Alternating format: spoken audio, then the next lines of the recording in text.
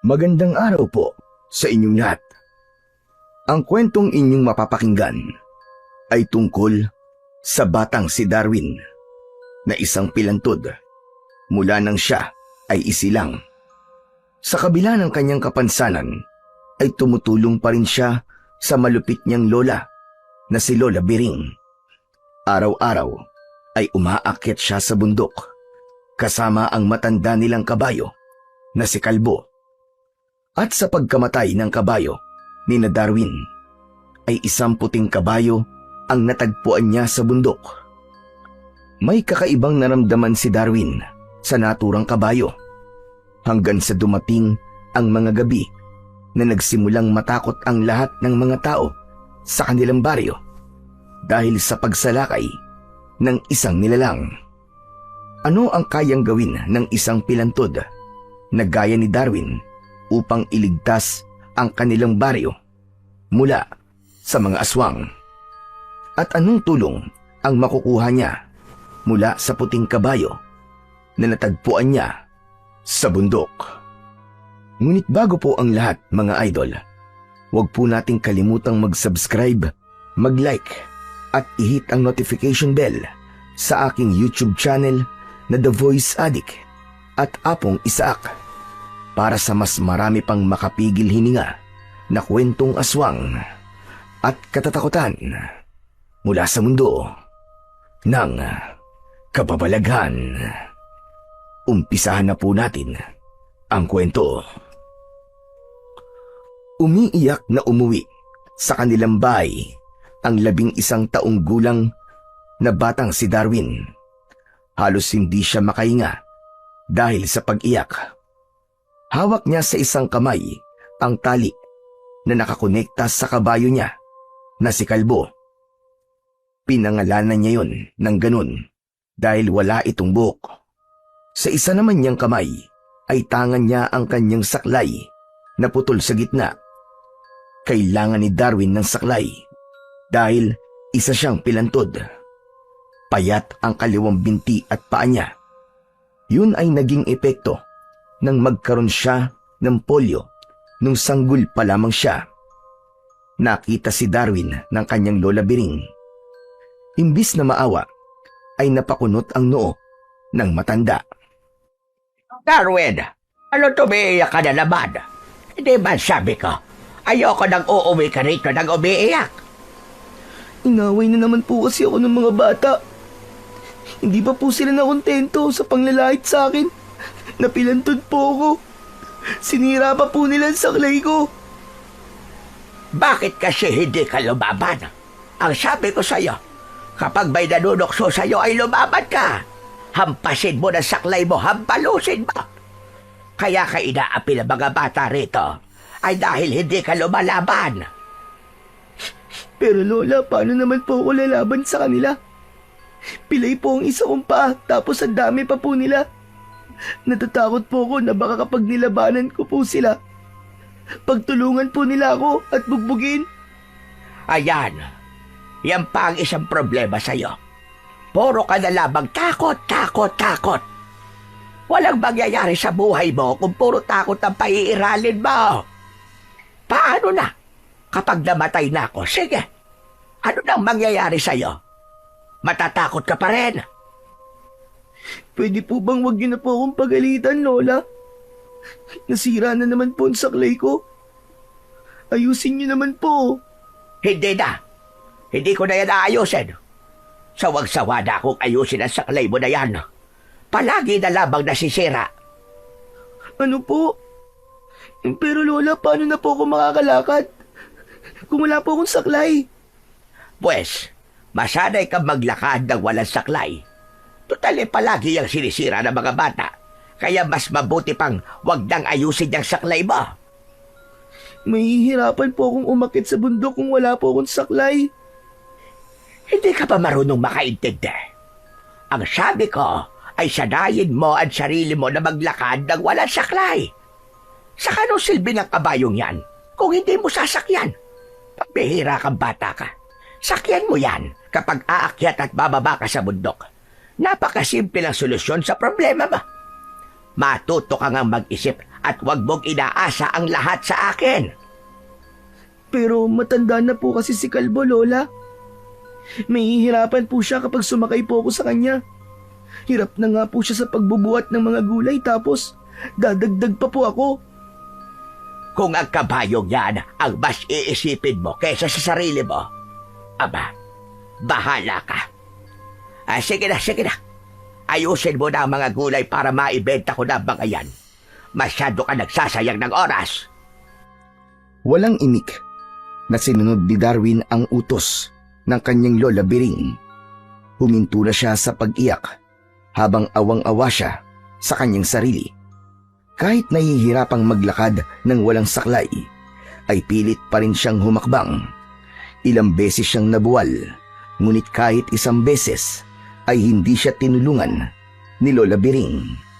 Nakataas ang noo na pinanood siya ng matanda hanggang sa makarating siya sa likod ng bahay. Itinali ni Darwin si Kalbo sa puno ng mangga. Kinuha niya ang upuan na siyang tinutungtungan niya upang kunin ang 2 tiklis na nasa likod ng kabayo. Nakakabit ang mga tiklis sa palangka o yung bagay na inilalagay sa likod ng kabayo para may upuan ang sasakay dito. Matapos maibaba ni Darwin ang mga tiklis, ay hinugasan niya na ang mga gulay sa balon. Meron siyang naani na pechay, mustasa, talong at okra. May maliit na lupa si Lola Biring sa bundok. Ang lupang yun ay ginawa nitong taniman ng iba't ibang klase ng mga gulay. Si Darwin ang umaakyat sa bundok para mag-ani, habang ang lola naman niya ang naglalako ng mga gulay na makukuha niya. Ang kabayong si Kalbo ang katulong ni Darwin sa pagdadala ng mga gulay pababa ng bundok. Matanda na si Kalbo nang mabili yun ni Lola Biring nung nakaraang taon. Matapos mahugasan ang mga gulay, ay inilagay na ni Darwin ang mga yun sa bilao. Kinuha na yun ni Lola Biring para ibenta.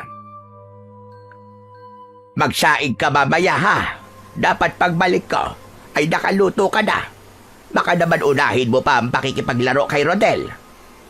Lola, hindi niyo pa muna aayusin yung saklay ko bago po kayo umalis? Hindi ba sinabi ko sa'yo kanina ay mag-aral ka ng maglakad ng walang saklay? Tigilan mo na ako at nasasayang ang oras ko sa'yo. Wala nang nagawa pa si Darwin nang umalis na si Lola Biring. Bumalik siya sa likod ng bahay at doon ay nilapitan at kinausap niya ang kabayong si Kalbo. Kalbo, paano na kaya to? Paano na ako makakakit ng bundok? Ngayong sira na naman ang aking saklay. Ayaw naman tong ayusin ni Lola Biring. Siguro nagsawa na siya sa pag-ayos ng saklay ko kasi maraming beses na itong nasira eh. Nagulat si Darwin nang marinig niya ang malakas na pagtawag ng nag-iisa niyang kaibigan na si Rodel. Hinayaan lang niya yon hanggang si Rodel na mismo ang nagtungo sa likod ng bahay. Pagkakita nito kay Darwin, ay napanganga ito sa labis na gulat. Aba, Darwin, anong himala to? Wala ka yata saklay ngayon. Nakakalakad ka na ba? Sana nga ay nakakalakad na ako, Rodel.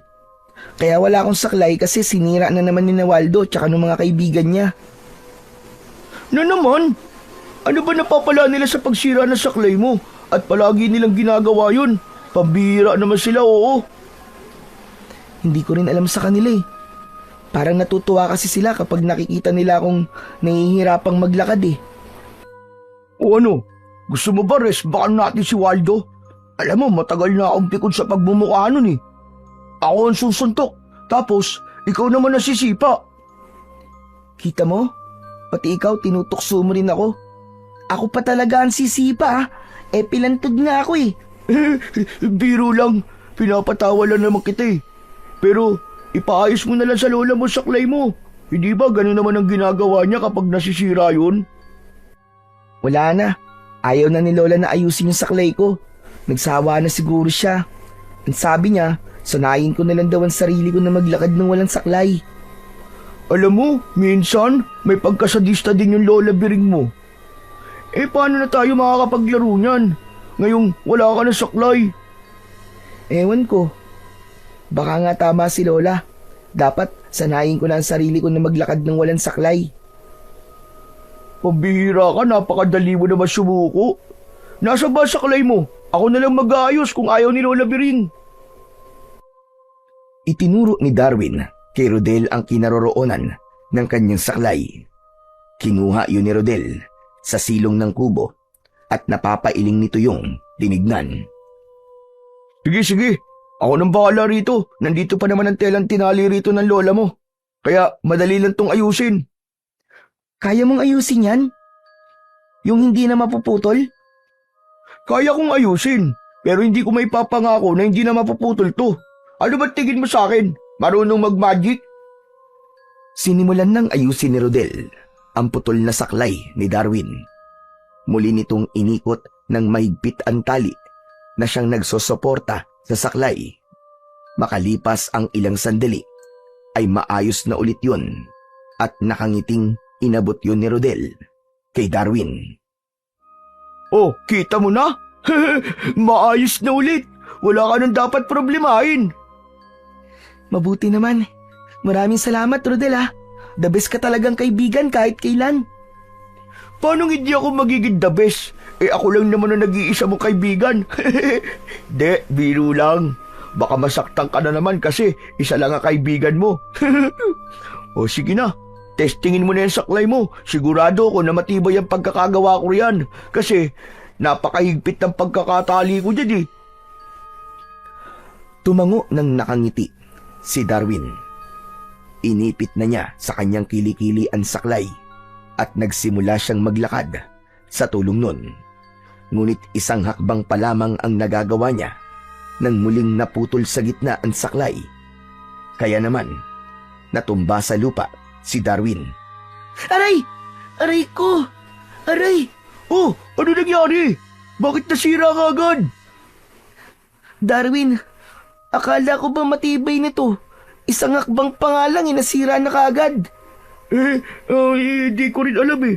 Sigurado ko na maganda ang pagkakatali ko dyan. Akin na nga at aayusin ko na lang ulit. Hindi, wag na Rodel. Salamat na lang. Si Lola lang talaga ang may kayang ayusin tong saklay na to. Siguro nga tama si Lola Biring. Kailangan ko na masanay na maglakad ng walang saklay. Baka nga hindi pwedeng habang buhay ako nakadepende sa saklay. Kasi baka ako rin ang mahirapan kapag nagtagal. Naku, mukhang mahihirapan ka eh. Ang tagal mo nang gumagamit ng saklay, di ba? Wala na akong magagawa, Rodel. Kailangan ko masanay na simula sa araw na to ay hindi na ako gagamit ng saklay kahit kailan. Eh paano ang pag-akyat at pagbaba mo sa bundok? Baka kapag wala kang gamit na saklay, eh magpagulog-gulong ka na lang dun pababa. Teka, alam ko na. Sakyan mo na lang si Kalbo. Yan din ang sinabi sa akin ni Lola kanini. Pero ayokong gawin yun. Kawawa naman si Kalbo. Masyado na siyang matanda at baka hindi na rin niya kayanin kung dadagdag pa ako sa bigat na kailangan niyang dalhin sa tuwing aakyat at bababa kami sa bundok. Talagang iniisip mo pa si Kalbo kaysa sa sarili mo ha. Pero kung yan ang gusto mo, wala akong magagawa. Bahala ka. Alam ko naman na hindi kita mapipilit sa hindi mo gustong gawin eh. Ay, oo nga pala. Kanina pa tayo nag-uusap dito. Nakalimutan ko na tuloy na yayayain kita na manguha ng bayabas sa bakuran namin. Ang dami ng hinog na bunga. Sigurado matutuwa ka. Sige na Rodel, ikaw na lang muna ang manguha ng bayabas. Hindi kasi ako pwedeng umalis ngayon kasi wala pa si Lola Biring. May mga inutos kasi siya sa akin na kailangan kong matapos bago siya makauwi. Ay, ganun ba? Okay, sige. Ikaw ang bahala. O kaya galito na lang. Baka dalan na lang kita rito ng mga makukuha kong bayabas. Okay ba yun sa'yo? Sige, ikaw ang bahala. Matapos yung sabihin ni Rodel, ay umalis na ito Habang pinagmamasdan ni Darwin ang kaibigan niyang si Rodel na naglalakad palayo, ay hindi niya naiwasan ang makaramdam ng inggit. Siguro, kung hindi lang ako pilantod at nakakalakad ako ng normal gaya ni Rodel, ay hindi ako tutuksoy ng mga bata dito sa baryo namin. Siguradong nakakapaglaro din ako kasama nila. Bakit pa kasi ako naging pilantod eh? Isang malalim na paghinga ang pinakawalan ni Darwin. Sandali siyang nangarap na sana ay biglang magkaroon ng isang himala na siyang magiging daan upang maging normal na ang kanyang paglalakad. Simula nang muling nasira ang saklay ni Darwin, ay pinilit niya nang maglakad nang wala yun. Halos gumapang na siya kapag matarik na ang dinadaanan niya paakyat sa bundok. Nanginginig ang tuhod niya at pawis na pawis ang buo niyang katawan. Pinili pa rin ni Darwin na huwag sumakay kay kalbo dahil alam niyang matanda na ito at mahihirapan lang ito kung dadagdag pa siya sa bigat ng mga gulay na kailangan nilang ibaba mula sa bundok. Sa kabila ng hirap niya, walang malasakit na ipinakita si Lola Biring. Tila ba wala itong pakialam kahit nahihirapan si Darwin sa paglalakad. Kaya sa bawat araw na lumilipas ay mas lalong nararamdaman ni Darwin na mag-isa siyang lumalaban sa bigat ng kanyang kapansanan. Isang araw, kumalat sa buong baryo na may isang aswang ang umaatake roon tuwing sasapit ang dilim. Ayon sa narinig ni Darwin, ay inatake ng aswang ang isang buntis na nakatira sa dulong bahagi ng baryo. Mabuti na lang daw at nakasigaw ito, kaya nagawa itong tulungan ng ibang tao. Ang ganung kwento ay bago kay Darwin. Simula nang magkaisip siya, ay yun ang unang beses na nakarinig siya ng kwento tungkol sa isang aswang. Nang dahil sa madalas na usapan yun sa kanilang lugar, ay unti-unti nang naniwala si Darwin na totoo ang aswang. Kaya naman, habang naghahapunan, ay hindi napigilan ni Darwin na sabihin kay Lola Biring ang bagay na nagbibigay ng takot sa kanya. Lola, alam niyo na po ba na marami ng tao rito sa atin ang bumibili po ng asin? Talagang kilo-kilo po kung bumili sila. Nagkakaubusan na nga po sa palengke. At bakit naman nila ginagawa yun, Aber? Lahat ba sila ay gumagawa na ng daing o itlog na maalat? Hindi po. Pangontra daw po kasi sa aswang ang asin. Takot daw puro ng mga aswang. Eh Lola, tayo po. Hindi po ba tayo bibili ng maraming asin? Ang sabi po ng iba, dapat daw po magsaboy ng asin sa paligid ng bahay. O kaya naman po, ay maglagay po sa mga gilid ng mga bintana at pinto para daw po hindi makapasok ang aswang. Kalokohan yan. Nagpapaniwala ka sa mga ganyang kwentong barbero. Hindi totoo ang aswang-aswang na yan. Sa tagal ko nang nakatira sa lugar na ito, kahit dulo ng kuko na sinasabi nilang aswang, ay hindi pa ako nakakakita. Pero marami na po nagsasabi na totoo po yung aswang, Lola. Hindi po ba si Ate Cora na buntis ang una pong inatake? Kung hindi po siya natulungan ng mga kapitbahay niya, malamang po, patay na po siya ngayon. Saka yung baby po na dinadala niya. Ha? Magtigil ka ka sa kakapaniwala sa aswang na yan. Malamang ang gawa-gawa lang yan ng kung sino walang magawa sa buhay para magkalat ng takot sa baryong to. Pero wala naman po sigurong mawawala kung maniniwala po tayo, di ba? Kesa po, magsisi po tayo sa uli. Talagang magsisisi tayo sa huli kapag bumili tayo ng maraming asin tapos isasaboy at sasayangin lang natin. Alam mo ba, Darwin, kaya ka matatakutin ay dahil madali ka maniwala sa mga kwento-kwento lang. Sa akin ka maniwala dahil ako ang lola mo. Walang aswang. Hindi totoo ba kayon? Naiintindihan mo ba? Anging tango na lamang ang naisagot ni Darwin. Kahit ang totoo ay natatakot pa rin siya dahil wala silang proteksyon mula sa aswang. Naisip niya na baka biglang sumalakay sa kanilang bahay ang aswang dahil hindi sila nagsasaboy ng asin sa paligid. Sa nakalipas na araw ay mas lalong naging maingay ang kwento tungkol sa aswang. Nadagdagan ang mga taong nagsasabi na nakita nila ang aswang habang ang iba naman ay muntik na raw atakihin at patayin ng naturang nilalang. Nang dahil sa mga ganong kwento ay mas lumala ang takot ni Darwin, lalo na sa tuwing sumasapit ang gabi. Kasabay nun ay patuloy pa ring nahihirapan si Darwin sa paglalakad nang walang saklay. Naging mabagal tuloy ang pagkilos niya nang dahil doon. Madalas din siyang matumba, lalo na sa tuwing umaakyat siya sa bundok.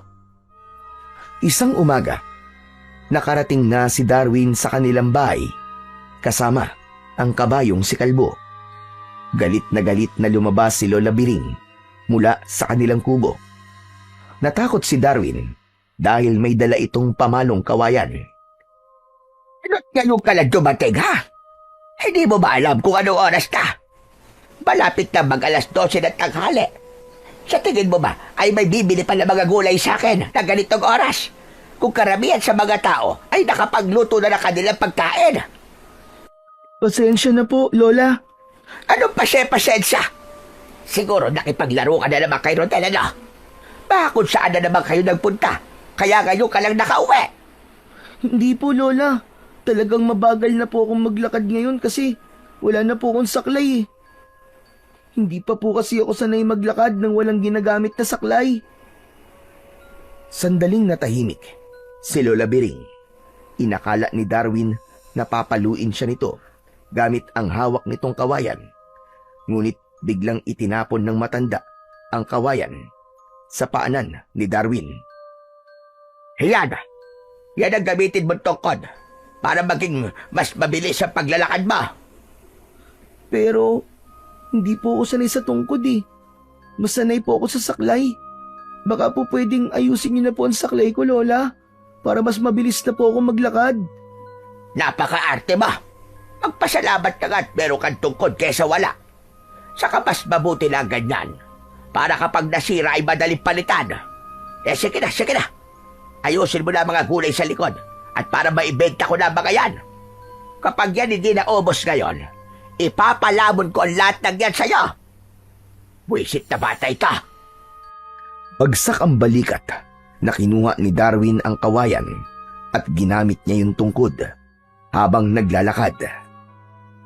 Hirap pa rin siya dahil hindi yun gaya ng saklay na mas madaling nasusuportahan ang kanyang bigat. Ngunit ganun pa man, pinilit pa rin niyang gamitin ang tungkod upang hindi na siya pagilitan ni Lola Biring. Simula nang magkaisip si Darwin, ay si Lola Biring na ang kanyang kasama. Wala siyang nakilalang nanay at tatay.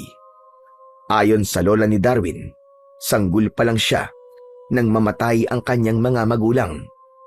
Nagkaroon daw ng napakalakas na bagyo at tinangay ng rumaragas ang baha ang kanyang ama at ina. Walang buhay na nang matagpuan ang dalawa habang nakabaon sa putik. Kaya sabik si Darwin sa pagmamahal mula sa isang ina at ama. Kahit kailan ay hindi niya yon naramdaman. Ang bagay na yon ang dahilan kung bakit malaki ang inggit niya sa mga bata sa lugar nila na kumpleto ang pamilya. Siya kasi, kahit kasama niya si Lola Biring, ay hindi niya maramdaman na mahal siya nito. Madalas itong nakasigaw sa kanya at tila sinasadya nito na palagi siyang pahirapan. Isang umaga, bumaba si Darwin ng bundok kasama si Kalbo. Punong-puno ng mga gulay ang 2 tiklis na nakakabit sa likod ng kabayo. Ramdam ni Darwin ang hirap ng matandang kabayo dahil mas mabagal yung maglakad dahil sa dami ng dala nito. Pasensya ka na, kalbo ha. Kung marami kang dala ngayon, kung nabibigatan ka. Kailangan na kasing anihin ng mga gulay kasi baka mabulok na ang mga yun eh. Hayaan mo, pag uwi natin, ay papakainin at papainumin kita kagad.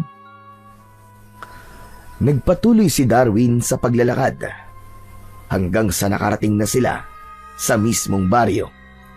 Agad na nilukob ng takot si Darwin nang humarang sa dinadaanan niya ang mga batang palaging nanunukso sa kanya. Nasa unahan ng mga yon si Waldo na palaging nangunguna sa panunukso kay Darwin. Mas lalo pa siyang natakot dahil may dalang mga bato ang mga bata. Waldo, baka pwedeng wag niyo na muna akong tuksuin ngayon oh. Kailangan na naming makauwi ni Kalbo kasi pagod na siya eh. Ha! Napapagod din pala ang kabayo mo ha? Oo naman, hindi lang naman tao nakakaramdam ng pagod, kundi pati na rin ng mga hayop. Aba? Teka. Tungkod na pala ang gamit mo ngayon ha? Dapat pala ay Lolo Darwin na ang itawag namin sa'yo. Ay hindi, mas maganda kung Lolo Pilantod. Lolo Pilantod, tama! Pwede po bang magmano po sa inyo? Nagulat si Darwin nang biglang inagaw ni Waldo ang kanyang tungkod at itinapon ito yon sa malayo. Nawalan ng balanse bigla si Darwin kaya napaupo siya sa lupa. Waldo, grabe ka naman! Bakit mo ginawa yun? Inaano ba kita? Wala lang. Trip ko lang, bakit? Nakakatuwa ka kasing paglaruan eh. Mukha ka kasing kawawang kawawa. Hindi ba kayo napapagod sa ginagawa niyo sa akin? Hindi pa ba kayo masaya na ilang beses yun na akong tinutokso at pinapahirapan? Magpasalamat na nga lang kayo na wala kayong kapansanan gaya ng sa akin. Nagpapasalamat kami kasi hindi kami pilantod na kagaya mo. Pinilit ni Darwin ang tumayo. Hindi na siya nagsalita sapagkat alam niya na kahit anong sabihin niya ay hindi siya maiintindihan ni Waldo. Kumapit si Darwin sa tali ni Kalbo hanggang sa tuluyan na siyang nakatayo. Malakas na tumawa si Waldo. Tila sa pagkakataon na yon ay nagalit na si Kalbo at sisipain sana si Waldo. Ngunit mabilis itong nakaiwas. Aba! Lumalaban na yung kabayo mo ngayon ha? Ipinagtatanggol lang niya ako. Parang awa niyo na, Waldo. Huwag niyong sasaktan si Kalbo. Matanda na siya at mahina na. Matanda at mahina na pala. Pero bakit pinagtatrabaho mo pa? Saka, paano kung tinamaan ako ng sipa ng kabayong yan? Mapapa-hospital mo ba ako? Hindi pwedeng hindi ako makaganti sa kabayo mo. Sinimulan ni Waldo ang pagbato sa kabayo ni Darwin at sinundan yun ng iba pang mga bata. Pinaulanan ng mga yun ng bato ang kawawang kabayo. Hindi makapaniwala si Darwin sa nangyayari. Si Kalbo ay nakatayo lang at tila tinatanggap lamang ang mga batong tumatama sa iba't ibang parte ng katawan nito. Iniharang ni Darwin ang sarili upang protektahan ang kanyang kabayo.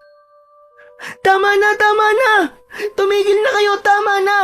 Nasasaktan na si Kalbo! Dapat lang yan sa kabayo mo, Lolo Pilantod! Tumigil na kayo! Parang awa niyo na, ano ba? Tama na! Maawa na kayo! Hanggang sa isang bato ang tumama sa noo ni Darwin na nagbigay sa kanya ng sugat. Umagos ang dugo mula roon, papunta sa kanyang muka. Bagya siyang nakaramdam ng pagkahilo at saglit na nanlabo ang kanyang paningin. Ngunit nanatili siyang nakatayo upang protektahan si Kalbo. Hanggang sa dumating si Rodel kasama ang alaga nitong aso na kulay itim. Nakatali yun pero binitiwan nito ang tali. Lagim! Lapain mo ang mga batang yan! Unahin mo si Waldo ah! kasi amoy na kulob na higaan. Galit na sinugod ng aso ni Rodel na si Lagim ang mga bata. Natakot ang mga yon at tumakbo ang mga yon palayo kasama si Waldo. Nang wala na sina Waldo, ay nilapitan kagad ni Rodel si Darwin. Hala, ang daming dugo na sugat mo. Ayos lang ako. Si Kalbo, siya ang napuruhan. Oo nga, ang dami niyang sugat. Napakasama talaga ng ugali ng Waldo na yun. Sumusobra na siya. Kailangan ko na siyang maiuwi para malagyan na ng gamot ang mga sugat niya. Salamat pala, Rodel ah. Kung hindi ka dumating, malamang hanggang ngayon ay binabato pa rin kami ni Waldo. Pero hindi mo na dapat sila pinahabol sa aso mo. Huwag ka mag-alala kasi hindi nangangagat si Lagim. Nanglala pa lang. Hindi, biro lang. Tinakot ko lang si Waldo. Ang mabuti pa umuwi na tayo sa inyo. Kailangan ding magamot yung mga sugat mo. Inuwa ni Rodel ang tungkod na kawayan at ibinigay nito yun kay Darwin. Inalalayan siya ni Rodel sa paglalakad. Ngunit imbis na mag-alala si Darwin sa kanyang sarili, ay mas nag-alala siya para sa alaga niyang kabayo na si Kalbo. Kapansin-pansin na tila nanghihina yon dahil maraming beses yung huminto sa paglalakad na parabang pinipilit lang nitong ihakbang ang mga paa nito. Nang makarating na sila sa bahay ni Darwin, ay biglang nabuwal si Kalbo. Malakas yung bumagsak sa lupa at habol nito ang paghinga. Nilukob ng labis na pag-aalala si Darwin. Umupo siya sa tabi ng kabayo at hinawakan niya ang katawan nito. Hindi na napigilan ni Darwin ang mapaiyak sa labis na pag-aalala. Kalbo, huwag mo kong iiwan ha. Huwag kang mamamatay ha. Lumaban ka, Kalbo. Parang nangihina na talaga siya, Darwin. Kalbo, pakiusap. Lumaban ka naman oh. Parang awa mo na, Kalbo. Huwag kang mamamatay. Biglang lumabas si Lola Biring mula sa kanilang kubo. Bagamat nagulat ito nang makita ang nakahandusay na kabayo, ay mas pinili pa rin ito ang magalit kay Darwin. Darwin! Ano't napakalakas ng pag-iyak mo? Nakakahiya ka sa mga kapitbahay. Baka isipin nila na namatayan ka. Lola, parang ganun na nga po. Di niyo po ba nakikita na parang mamamatay na po si Kalbo? Tsaka talagang inuna niyo pa pong pagalitan si Darwin kaysa mag-alala kasi puno na po ng dugo ang mukha niya. Eh mukhang hindi pa naman mamamatay ang apo ko eh. Saka ano bang nangyari? Pinagbabato po ni Waldo si Kalbo. Siyempre, pinotektahan po ni Darwin si Kalbo. Kaya pati po siya ay tinamaan ng bato. Eh ganun naman pala eh. Kasalanan mo naman pala. Kaya ka nagkasugat sa noo, Darwin. Sino ba naman kasing nasa matinong pag-iisip ang ihaharang ang sarili sa binabatong hayop? Pero hindi lang po basta hayop si Kalbo. Kaibigan ko po siya. Saka siya po ang tumutulong sa atin sa pagkuha po ng mga gulay. Kung hindi po dahil sa kanya, wala po tayong may bibendang gulay. Hayaan mo nang mamatay na si Kalbo. Matanda naman na talaga yan. Pumasok ka na sa loob at lilinisan ko ang sugat mo. Ayoko po. Si Kalbo po muna ang unahin niyo. Hindi na po siya gumagalaw, Lola. Bihira itong batang ito. Veterinaryo ba ako para ako gumamot sa kabayong yan? Kung ayaw mo linisan at gamutan ko ang sugat mo ay bahala ka sa buhay mo. Basta't wag mo akong sisisihin kapag na-infection yan. Umalik na si Lola Biring sa loob ng kubo. Kahit konting pag-aalala mula sa matanda ay walang naramdaman si Darwin. Patuloy sa pag-iyak si Darwin sa tabi ni Kalbo. Hindi niya alam kung ano ang gagawin niya ng sandaling yon. Para sa kanya ay hindi lang isang kabayo si Kalbo. Kaibigan ang turing niya rito at yun ang hindi naiintindihan ni Lola Biring. Sa kasamaang palad, tuluyan na ngang binawian ng buhay ang kabayong si Kalbo sa araw na yon. Ang gusto sana ni Darwin ay ilibing ang kabayo, ngunit tinutulan yon ni Lola Biring. Agad na naghanap ang matanda ng bibili ng patay na kabayo para sa karne nito, at nang makahanap ito ay ibinenta nito si Kalbo.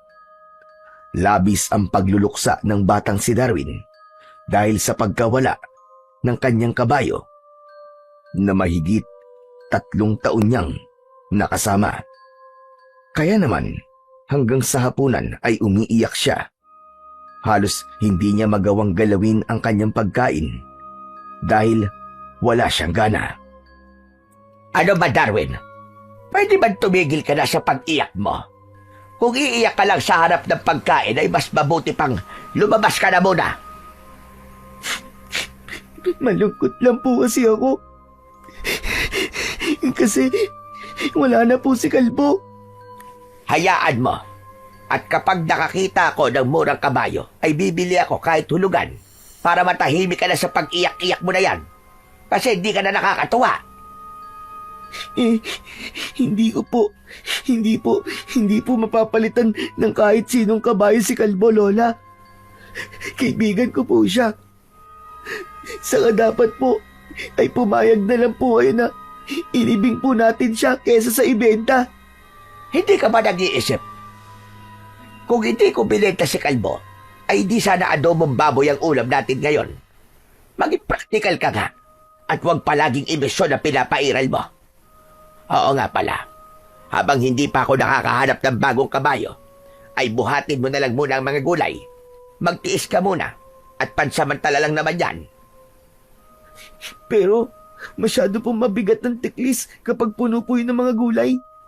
Baka hindi ko po yung kayanin. Bakit? Gusto mo bang ako pang umakyat ng bundok? Nakita mo na matanda na ako at mahina na ako. Ako pa nagtitinda ng mga gulay. Hindi pwedeng ako lang ang lahat ng kikilos dito. Aba, hindi tayo mabubuhay pag nagkataon. Sige po. Kakayanin ko na lang po. Kahit mahirap. Ayan, ganyan na. Ganyan ka dapat mag-isip. Kahit mahirap, kailangan mo kayanin. Sige na, kumain ka na. At ayoko nang makikitang umiiyak ka. Pinilit ni Darwin na kumain kahit wala siyang gana. Pinigilan niya ang pagpatak ng kanyang mga luha upang hindi na siya pagalitan ni Lola Biring. Sa mga sumunod na araw, ay nilabanan ni Darwin ang lungkot sa pagkawala ni Kalbo. Alam niya na hindi siya maaaring magpatalo sa lungkot dahil siya rin ang mahihirapan at maaapektuhan. Simula nang wala na silang kabayo, ay nahirapan na siya ng gusto sa pagbababa ng mga gulay mula sa bundok. Maraming beses niyang inisip na sumuko, ngunit alam niya na walang lugar ang pagsuko sa buhay, lalo na't mapapagalitan siya ni Lola Biring sa sandaling magreklamo siya o maglabas ng hinaing dito. Isang araw, habang hila ni Darwin ang isang tiklis na puno ng mga gulay, ay lumapit si Rodel sa kanya. Agad siya nitong tinulungan dahil nakita nitong hirap na siya. Hanggang ngayon ba ay wala pa rin kayo nakukuha ang bagong kabayo? Wala pa rin, Rodel eh. Ang sabi ni Lola ay maghanap siya ng kabayo na hulugan. Pero hanggang ngayon, wala pa siyang nahanap. Kawawa ka naman pala. Ibig sabihin, ikaw na mismo nagbababa ng mga gulay mula sa bundok? Hindi ba naaawa si Lola Biring sa'yo?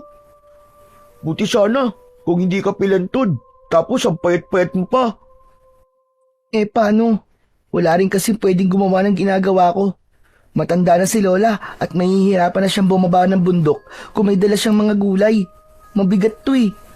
Ayos na rin to, para hindi na mahirapan si Lola. Kung may malaki lang sana akong maitutulong sa'yo, kung may pera lang sana ako, binilhan na kita ng kabayo eh, yung medyo bata pa, para malakas. Ano ka ba, Rodel? Malaki na kaya ang naitutulong mo sa akin? Lalo na nung ipinagtanggol mo kami ni Kalbo kina Waldo. Ay, naalala ko tuloy bigla si Kalbo dahil nabanggit ko ang pangalan niya. Kaya kung nandito pa sana siya, hindi ako mahihirapan ng ganito. Sinabi mo pa, pero isipin mo na lang na mas mabuti na rin yung nangyari na yun kay Kalbo para makapagpahinga na siya. Hindi ba ikaw na mismo nagsabi sa akin dati na matanda na at mahina na si Kalbo? Ang totoo, yan talaga ang iniisip ko ngayon, Rodel. Iniisip ko na kung nasan man siya ngayon ay hindi na siya nagbubuhat ng tiklis na puno ng mga gulay. Hindi na siya mahihirapan. Tumatakbo na lang siya kasama ang mga kabayong kagaya niya. Malaya na siya. Oo nga pala, maiba ko. Grabe na pala talaga ang mga kaganapan dito sa baryo natin, no? Dahil ba sa aswang? Oo, dahil nga sa aswang. Bakit? Ano naman bagong kwento tungkol sa aswang? Kilala mo naman siguro si Mandidong, di ba? Oo, yung nagtitinda ng balot at penoy. Bakit? Ano nangyari sa kanya? Alam mo bang nasa ospital siya ngayon kasi natake siya ng aswang kagabi? Muntik na nga siyang mamatay sa dami ng mga sugat na nakuha niya sa pag-atake ng aswang eh. Mabuti na lang at nakasigaw daw si Mandidong at nakagapang siya papunta sa bahay na nagbukas para sa kanya. Sigurado raw ba na aswang talaga may gawa nun kay Mang Didong? Oo naman.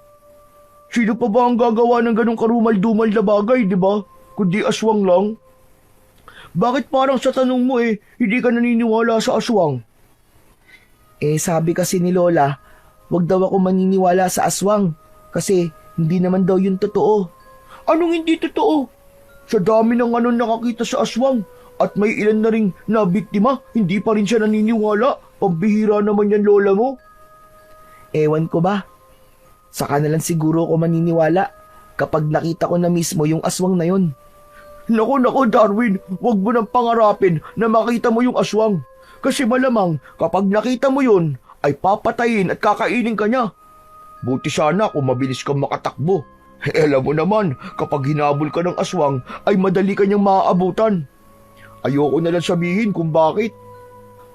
Oo na, alam ko na yun. Kasi pilantod ako. Hindi mo na kailangan sabihin sa akin. Ayoko nga sabihin kasi nga baka isipin mo na tinutukso kita. Hindi naman. Ayos lang naman, Rodel kapag ikaw ang nagsasabi na pilantod ako. Alam ko naman na hindi panunukso ang intensyon mo kapag sinasabi mong pilantod o pilay ako. Mabuti naman. Hindi naman talaga kita tutuksuin kasi masyado na akong masama kung dadagdag pa ba ako kina Waldo, di ba?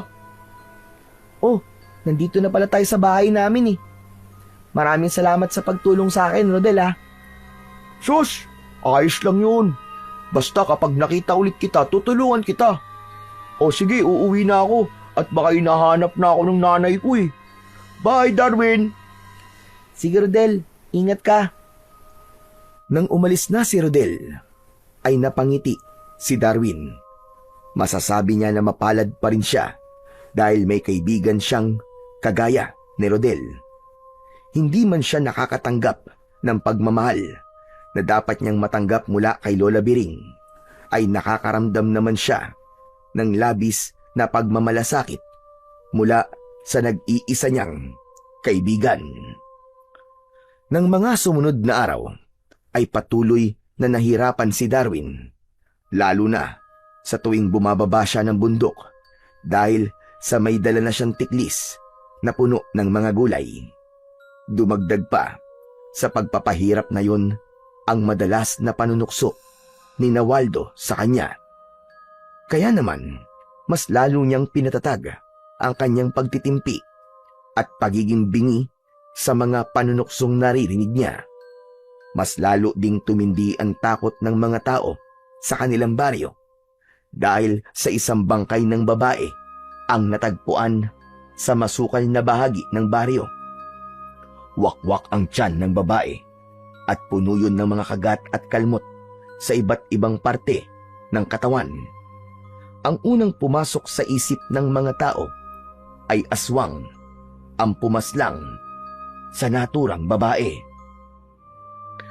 Isang umaga, habang pinanonood ni Darwin si Lola Biring na inaayos ang mga gulay na ilalako nito, ay ipinahayag niya ang kanyang nararamdaman na takot.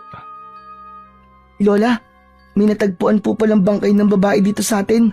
Grabe daw po yung pagkakapatay dun sa babae. Wakwak daw po yung tiyan. At sabi po ng mga tao, aswang daw po ang may kagagawan nun. Hindi po kaya totoong may aswang na po dito sa atin, Lola? Baka po kailangan na po nating maniwala at gayahin na po natin ang ginagawa ng mga tao na nagsasaboy po ng asin sa paligid po ng bahay nila. Ayan ka na naman sa aswang-aswang na yan. Malamang, adik lang ang may gawa noon at hindi isang aswang. Palibasa, hindi nila nahuli yung totoong pumatay doon sa babae. Kaya sa aswang nila, isinisisi ang lahat. Lola, baka lang po kasi totoo po yung aswang eh. Gaya po kasi ng sinabi ko dati, mas maganda po kung maging handa na po tayo kaysa po magsisi tayo sa huli. Tumigil ka nga. Tigilan mo na ako sa kakaaswang-aswang mo na yan. Natutulog na ang tega ko sa'yo. Ang bihirang bata ito. Oo nga pala. Hindi na ako bibili ng kabayo. Po? Pero bakit po, Lola? Akala ko po ba'y naghahanap po kayo ng kapalit ni Kalbo? Naghanap naman ako. At may mga nakita ko nagbebenta ng kabayo. Pero ayaw nila lang hulugan. Ang gusto nila ay buo kong babayaran yung kabayo nila. Wala naman tayong malaking pera. Kaya naisip ko na wag na lamang bumili. Lola, paano po ako? Ang ibig niyo po bang sabihin ako na lang po talaga magbababa ng mga gulay mula po sa bundok? Ganun na nga.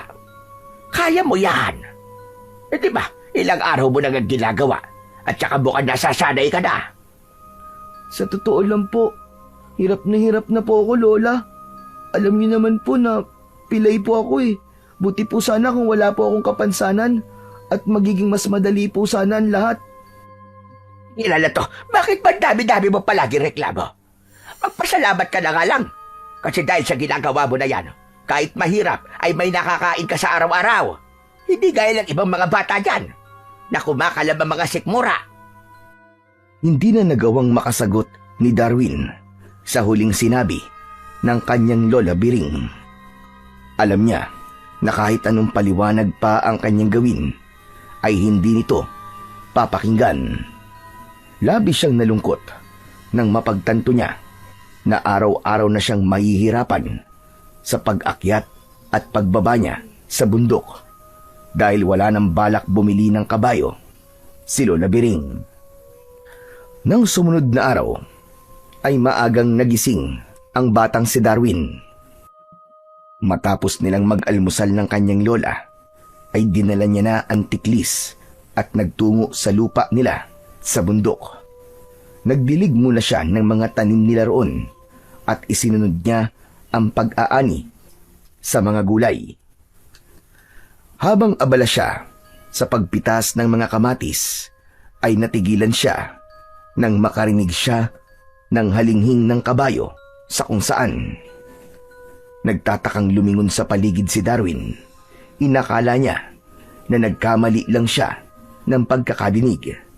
Ngunit nang muli niyang narinig ang halinghing ng kabayo, ay napagtanto niya na hindi yun isang guni-guni. Tuluyan nang tumayo si Darwin at muli siyang luminga. Kalbo? Kalbo, ikaw ba yan? Minumulto mo ba ako, Kalbo? Huwag mo naman akong multuin. Kahit kabayo ka, ay matatakot pa rin ako sa'yo. Sa pangatlong pagkakataon, ay narinig ni Darwin ang halinghing ng kabayo.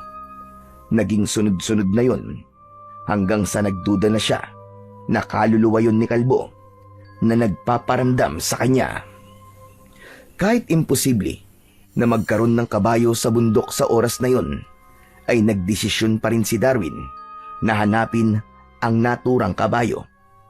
Sinundan niya ang tunog ng kabayo hanggang sa nakita niya ang isang puting kabayo na nasa ilalim ng isang malaking puno. Teka, totoo ba to? Paano nagkaroon ng kabayo rito? Nilapitan ni Darwin ang kabayo. Napansin niya na hindi yun makaalis Sa kinatatayuan nito, isa-isa niyang tinignan ang mga paa ng kabayo. Nakita niya na ang kaliwang paa nito ay nakaipit sa dalawang may kalakihang mga bato. Nako, ano ba nangyari sa'yo at naipit ang paa mo dyan? Teka, sandali, tutulungan kita ha. Basta wag mo akong sisipain ha. Hindi naman kita sasaktan eh. Nandito ako para tulungan ka. Huwag kang malikot ha. Ilit na tinanggal ni Darwin ang isang bato na umiipit sa paa ng kabayo. At nagtagumpay siya. Nang makawala na ang isang paa ng kabayo, ay bigla yung tumakbo pababa ng bundok hanggang sa tuluyan na yung nawala sa kanyang paningin. Napatingin si Darwin dahil nakatulong siya sa isang hayop na nangangailangan ng tulong. Muli siyang napatingin sa mga bato kung saan naipit ang paa ng kabayo. Napakunot-noo siya nang may isang kakaibang bagay ang naroon. Kinuha niya yon at doon niya nalaman na yon ay isang sapatos ng kabayo. Hala, sapatos to ng kabayo ah. Natanggal siguro to sa paa niya. Pero parang kakaiba yata ang sapatos ng kabayo na to. Napakalinis niya at ang kintab-kintab. Paano ko naman to ibabalik dun sa kabayo na yun kung tumakbo na siya? Hanggang sa nagdesisyon si Darwin na itago na lamang ang sapatos ng kabayo at kapag muli niyang nakita yung kabayo ay sa kanya ibabalik. Marunong naman siyang maglagay ng ganun dahil ginagawa niya yon kay Kalbo nung buhay pa yon. Nang makabalik na si Darwin sa kanilang bahay ay hinugasan niya na ang mga gulay na kanyang inani. Matapos yon ay inayos na yon ng kanyang lola Biring at saka ito umalis para ibenta ang mga yon. Nang mag-isa na si Darwin ay hinugasan niya na ang mga pinagkainan nila kaninang umaga. Habang abala siya sa kanyang ginagawa ay natigilan siya nang makarinig siya ng halinghing ng kabayo sa labas ng kanilang kubo. Iniwanan ni Darwin ang kanyang ginagawa at nagmamadali siyang nagtungo sa labas. Nanlaki ang mga mata niya nang makita ang isang puting kabayo na nakita niya rin kanina sa may bundok. Nakatayo yun sa harapan ng kanilang kubo. Hindi makapaniwalang nilapitan ni Darwin ang puting kabayo. Anong ginagawa mo rito? Paano mo nalaman kung saan ako nakatira? Oo nga pala.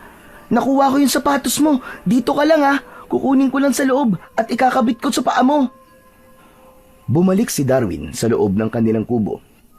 Kinuha niya ang sapatos ng kabayo mula sa kahon kung saan nakalagay ang kanyang mga damit. Binalikan niya ang puting kabayo. Una niyang tinignan ang kaliwang paa nito sa hulihan.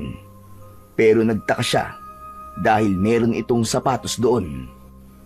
Isa-isa niyang tinignan ang iba pang paa ng kabayo at lahat yon ay merong sapatos. Napakamot sa likod ng ulo ang batang si Darwin dahil sa labis na pagtataka. Ang bihira. Paano nangyari yun?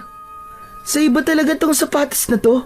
Bakit kumpleto ang sapatos sa mga paa mo? Kung hindi to sa'yo, kanino tong sapatos na to? Humalinghing ang kabayo na parabang may nais itong sabihin sa kanya. Tinignan ni Darwin ang kabayo sa mga mata at sa kanya hinaplos ang muka nito. Oh, paano na yan? Hindi naman pala sa'yo ang sapatos na to. Ang mabuti pa, umalis ka na. Bumalik ka na doon sa amo mo. Paniguradong nag-aalala na sa'yo yun. Sa sandaling yon ay dumating si Rodel na may dalang isang plastik ng bayabas. Maging ito ay nagtaka nang makita ang puting kabayo. Oh, ano to? Akala ko ba hindi na kayo bibili ng kabayo? Ano yan? Hindi naman sa amin yan, Rodel eh. Nakita ko kanina yan sa bundok. Tinulungan ko siyang maalis yung isa niyang paa sa dalawang bato. Tapos nagulat na lang ako, nandito na siya sa bahay. Baka naman sinundan ka niya. Ibig sabihin, ikaw na ang amo niya ngayon. Hindi rin, Rodel. Tignan mo nga ang kabayo na yan, napakalinis at ang ganda ng balahibo. Halatang may nag-aalaga sa kanya, kaya paniguradong meron siyang amo. Pero wala namang may puting kabayo dito sa baryo natin eh. Malay mo sa kabilang baryo o kung saan baryo. Kaya nga sabi ko sa kanya, umuwi na siya eh. Ha? Anong tingin mo dyan, pusa? Nakapag umalis sa bahay nagagawa pang makabalik. Ang mabuti pa, habang wala pang naghahanap dyan sa kabayo na yan, ay alagaan mo muna. Pwede mo rin gamitin yan sa pagbababa mo ng gulay, di ba? Payag ako na dito muna siya, para alagaan ko habang wala pang naghahanap sa kanya. Pero hindi ko siya gagamitin sa trabaho ko. Sa ganda ng kabayong to, sigurado ko na hindi siya sanay sa mga ganong gawain. Sige, ikaw ang bahala. Pero teka, ano kaya ang pangalan niya, no? Dapat ay bigyan mo siya ng pansamantalang pangalan kahit papano. Bakit ko pa gagawin yun? Ikaw na rin na nagsabi na pansamantala lang naman siya rito. Kapag binigyan ko siya ng pangalan, paniguradong mapapalapit ako sa kanya. Paano kapag dumating na yung tunay niyang amo at kinuha na siya sa akin? Masasaktan lang ako pag nagkataon. Ang KJ mo naman. Kung ayaw mo siya bigay ng pangalan, ako na lang ang magbibigay ng pangalan sa kanya. Dapat yung kakaiba at hindi pangkaraniwan. Teka, sandali. Ano kaya ang magandang pangalan? Alam ko na. Puti. Puti ang pangalan niya. Total, napakaputi niya. Puti? Talagang pinag-isipan mo ah. Wala na bang iba? Yun na lang talaga ang kaya ng utak ko Ano magagawa ko? Saka bagay naman sa kanya kasi ang puti di ba tignan mo, napakaputi ng balahibo niya Sa bagay. O sige. Pansamantala lang naman siya rito Kaya hindi ko na dapat pag-isipan pa ang pangalan niya. Sige. Puti na ang pangalan ng kabayong ito. Humalinghing ang kabayo at itinaas nito ng sandali ang mga paa sa unahan. Natawa sina Darwin at Rodel dahil tila sumang-ayon ang kabayo sa pangalang ibinigay dito ni Rodel. Oh, kita mo na, mukhang nagustuhan ni Puti ang pangalang ibinigay ko sa kanya. Napatalon siya sa tuwa Hindi maintindihan ni Darwin, pero habang nakatingin siya sa kabayong si Puti, ay parabang napakatagal niya na itong kasama. Magaan ang loob niya sa kabayo at alam niya na ganun din ito sa kanya. Ngunit ang kasiyahan niya ay biglang nawala nang pumasok sa isipan niya si Lola Biring.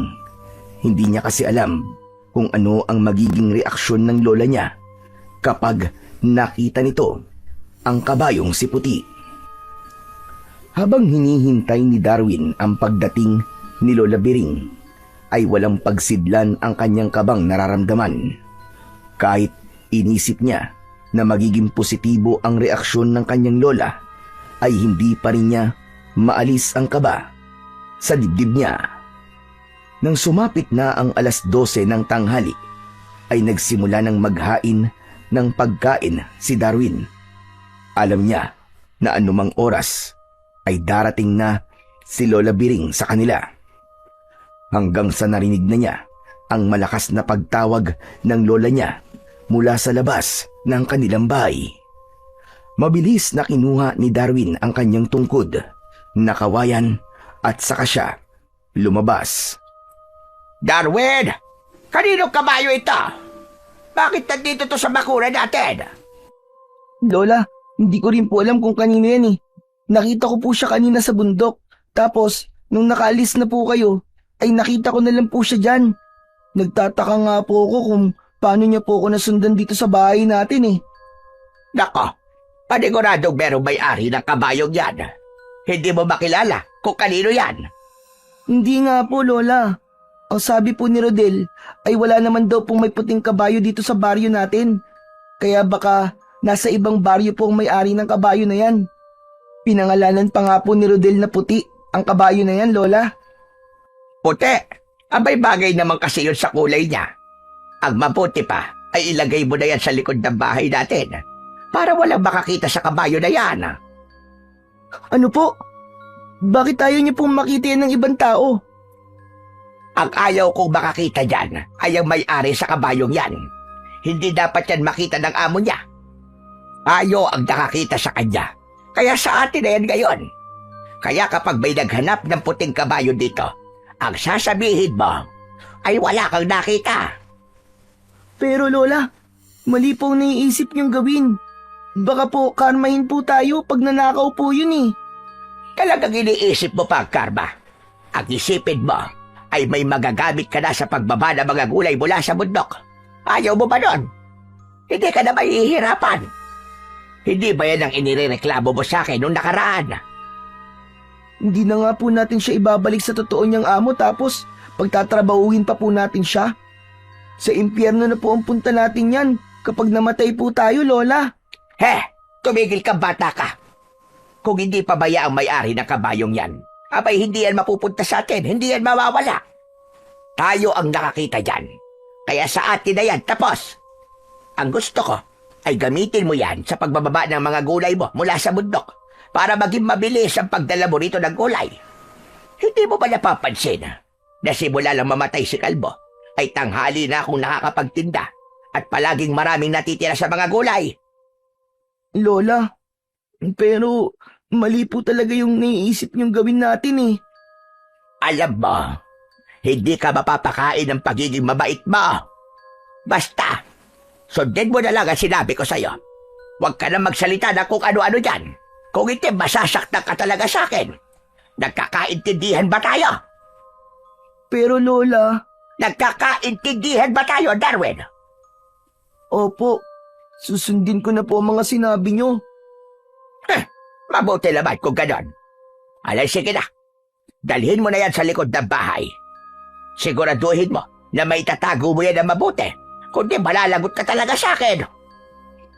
Labag man sa kalooban ni Darwin, ay sinunod pa rin niya si Lola Biring. Kinuha niya ang tali noon ni Kalbo at itinali niya yun kay Puti. Matapos yun, ay dinala na niya ang kabayo sa likod ng kanilang bahay at itinali niya yon sa puno kung saan niya itinatali noon si Kalbo. Matiim na tinignan ni Darwin si Puti at may awa siyang naramdaman para rito. Puti, alam ko na malungkot ka ngayon kasi hindi mo kasama ang amo mo. Sorry din kasi hindi ko nagawang ipaglaban kay Lola ang tama. Ayoko kasi na magalit siya sa akin eh. Kaya dapat ay sundin ko kung anong sasabihin at iuutos niya sa akin. Pero Puti, huwag kang mag-alala kasi gagawa pa rin ako ng paraan para makabalik ka sa amo mo. Sa ngayon ay dito ka muna sa amin ha. Nangangako ko sa'yo na habang nandito ka ay aalagaan kita ng mabuti. Yun nga lang, kailangan mo akong tulungan sa trabahong ginagawa ko. Pero huwag ka mag-alala, aalalayan naman kita eh. Hindi ka mahihirapan. At sana, naiintindihan mo ako. Basta, aalagaan kita. Yan ang may papangako ko sa'yo. Hinaplos ni Darwin ang muka ng kabayong si Puti.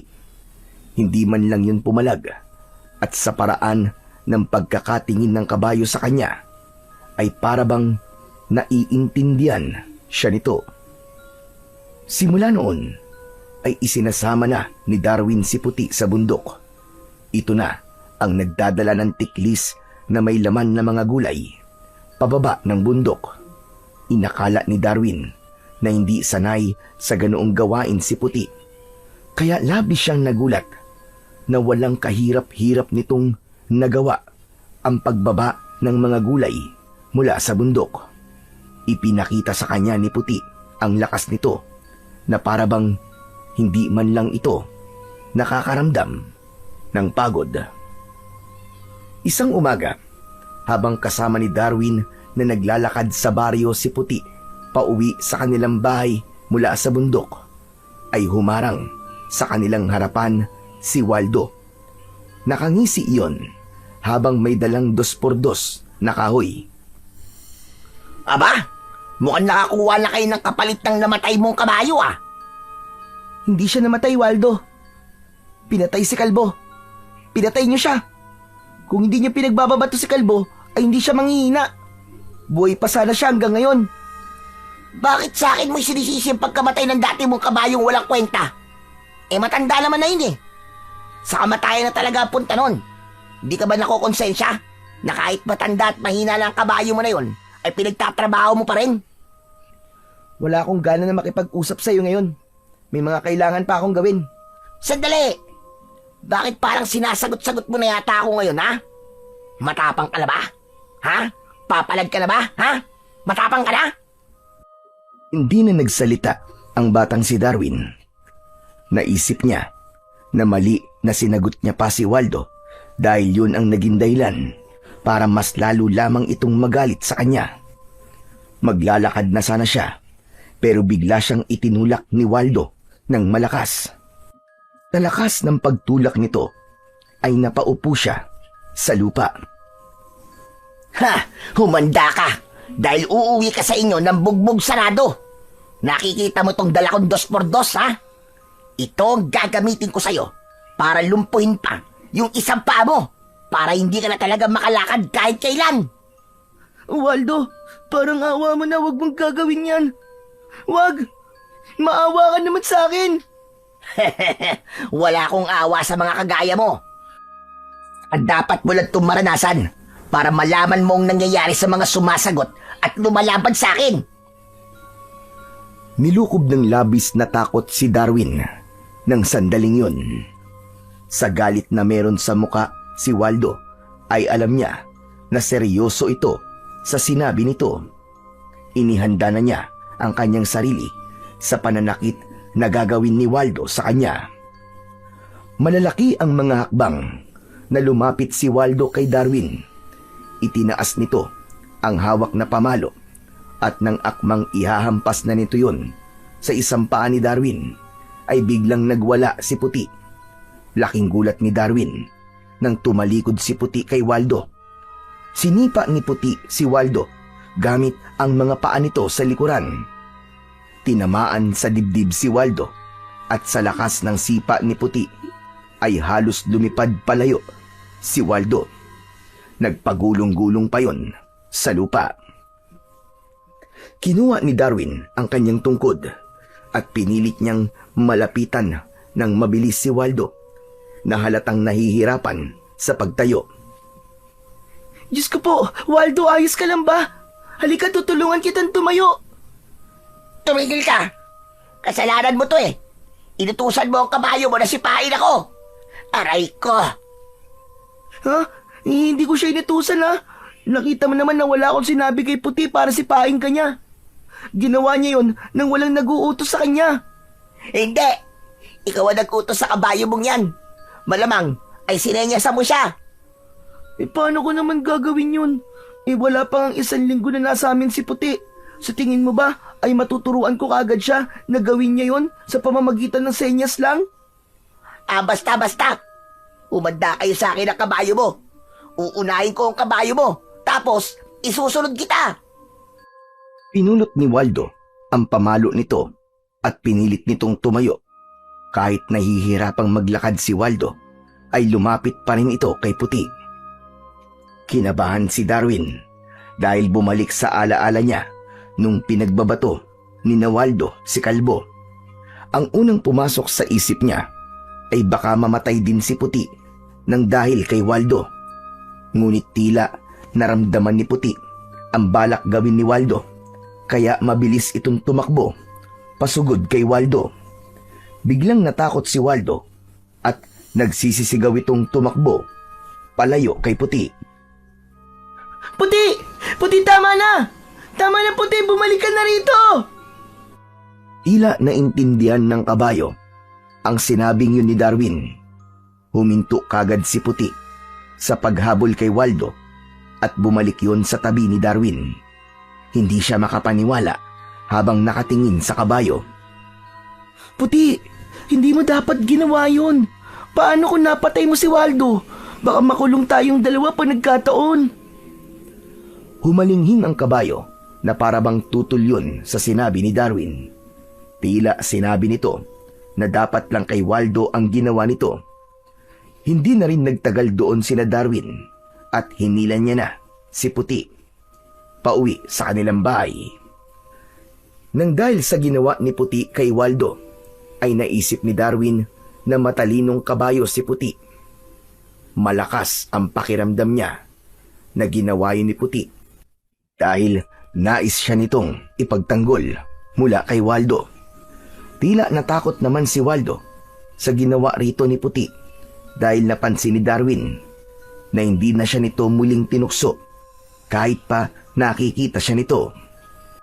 Kapag makakasalubong niya si Waldo ay ito na ang umiiwas, lalo na kapag kasama niya ang kanyang kabayo. Dahil wala pa rin naghahanap kay Puti, ay nanatili ito sa pangangalaga ng batang si Darwin. Nasanay na rin siya na kasama niya ang kabayo sa pag-akyat at pagbaba sa bundok.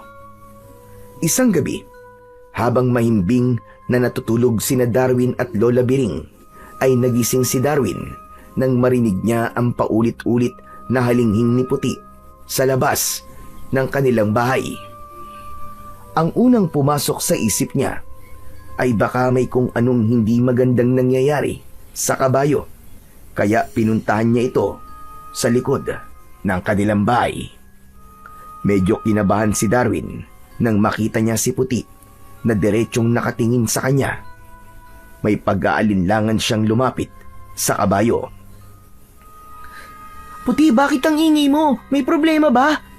Saka hindi ka pwedeng mag-ingay ng ganitong oras kasi magagalit si Lola Biring kapag nagising siya. Baka mamaya saktan ka pa dun eh. Ngunit labis ang pagkagimbal ni Darwin nang biglang nagliwanag ng bagya ang buong katawan ni Puti. Matapos yun, ay unti-unting nagbago ang anyo nito. Mula sa pagiging puting kabayo, ay nagkaroon ito ng mabalahibong katawan ng isang tao. Malaki ang katawan nito at nakasuot ito ng bag na yari sa balat ng isang hayop.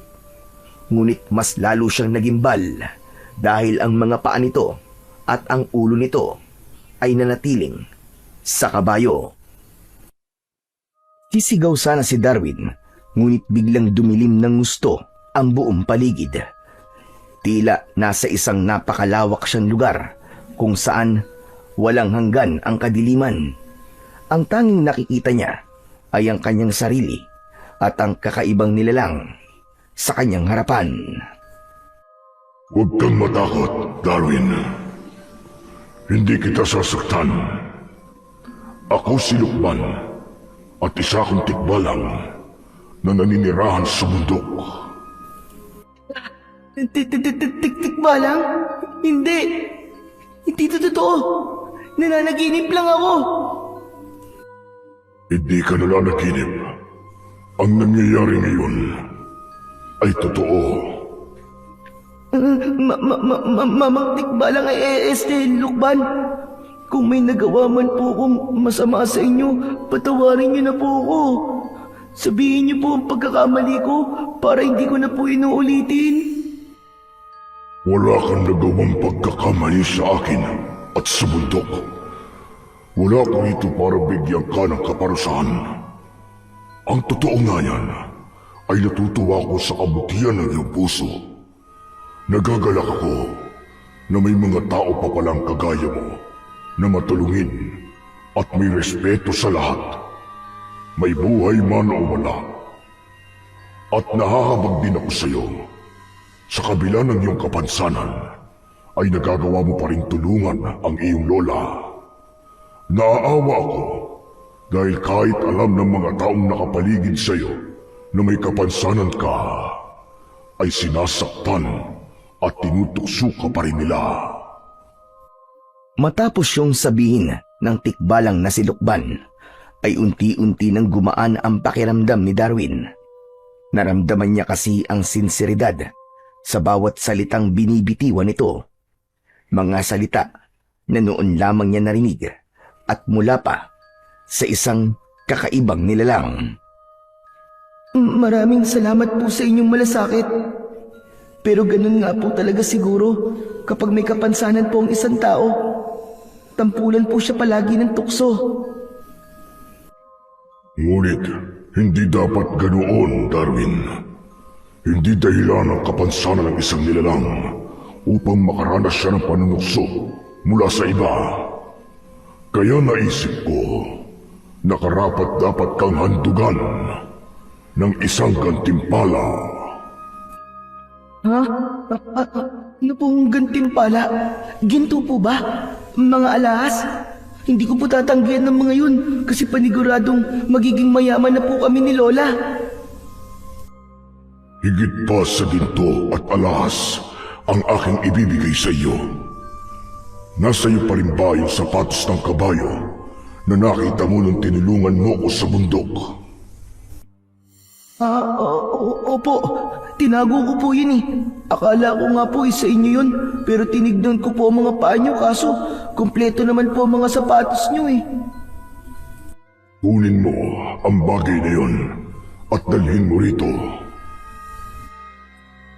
Matapos yung sabihin ng tikbalang na si Lukban, ay bumalik na sa normal ang kadiliman sa paligid. Nagawa na ni Darwin na bumalik sa loob ng kanilang bahay. Kinuha niya ang sapatos ng kabayo at agad niyang binalikan ang tikbalang. Ito na po. Ito na po yung sapatos ng kabayo na sinasabi nyo. Yan. Yan ang gantimpala na aking ipagkakaloob sa iyo. Ano po? Ito po? Pero hindi naman po ako kabayo para gumamit nito eh. Sa kung ibibenta ko naman po to sa junk shop, parang wala pa tong 1 kilo eh. Pero ayos lang po pala, tatanggapin ko pa rin po ito. At iisipin ko na ang bagay po na ito ay patunay na may nakilala po kong tikbalang na kagaya po ninyo. Hindi yan isang pangkaraniwang sapatos ng kabayo, Darwin. Yan ay ang makapangyarihang mutya ng sapatos ng kabayo. Teka, hindi po ba't ang mutya ay yung parang agimat o anting-anting? Higit pa roon ang taglay niyang kapangyarihan. Itali mo yan sa iyong bebang at makakamtan mo ang kapangyarihan ng mutya na yan. Ano po ba ang kapangyarihan na meron to? Iyon ang dapat mong tuklasin, Darwin. Malaki ang tiwala ko sa iyo na gagamitin mo yan sa kabutihan dahil busilak ang iyong puso. Magsasalita pa sana si Darwin nang bumalik na si Lukban sa pagiging isang kabayo. Ha? Lukban, sagutin niyo po muna ang tanong ko. Anong kapangyarihan ng mutya na to? Ala, wala na. Ang daya niyo naman. Hindi niyo pa nga sinasabi sa akin eh. Nanatili si Lukban sa pagiging kabayo at wala na siyang nakuwang sagot mula rito. Wala nang nagawa si Darwin kundi ang sundin ang sinabi ng tikbalang. Naghanap siya ng matibay na tali. Nakahanap siya ng mahabang tali na gawa sa abaka at yun ang ginamit niya upang itali ang mutya ng sapatos ng kabayo sa kanyang bewang. Matapos yun, ay bumalik siya sa pagkakahiga sa tabi ng lola niya na mahimbing pa ring natutulog. Nang pumikit na si Darwin, ay hindi pa rin siya makapaniwala sa nangyari sa gabing yun. Pakiramdam niya ay isa lang panaginip ang lahat na may nakilala siyang tikbalang sa katauhan ni Puti na Lukban pala ang pangalan. Kinaumagahan, gaya ng nakasanayan, ay maagang gumising si Darwin. Sandaling nawala sa utak niya ang nangyari kagabi dahil ang una niyang naisip ay ang mga gawain na kailangan niyang gawin sa araw na yon. Wala na sa tabi niya si Lola Biring dahil palagi itong nauunang magising.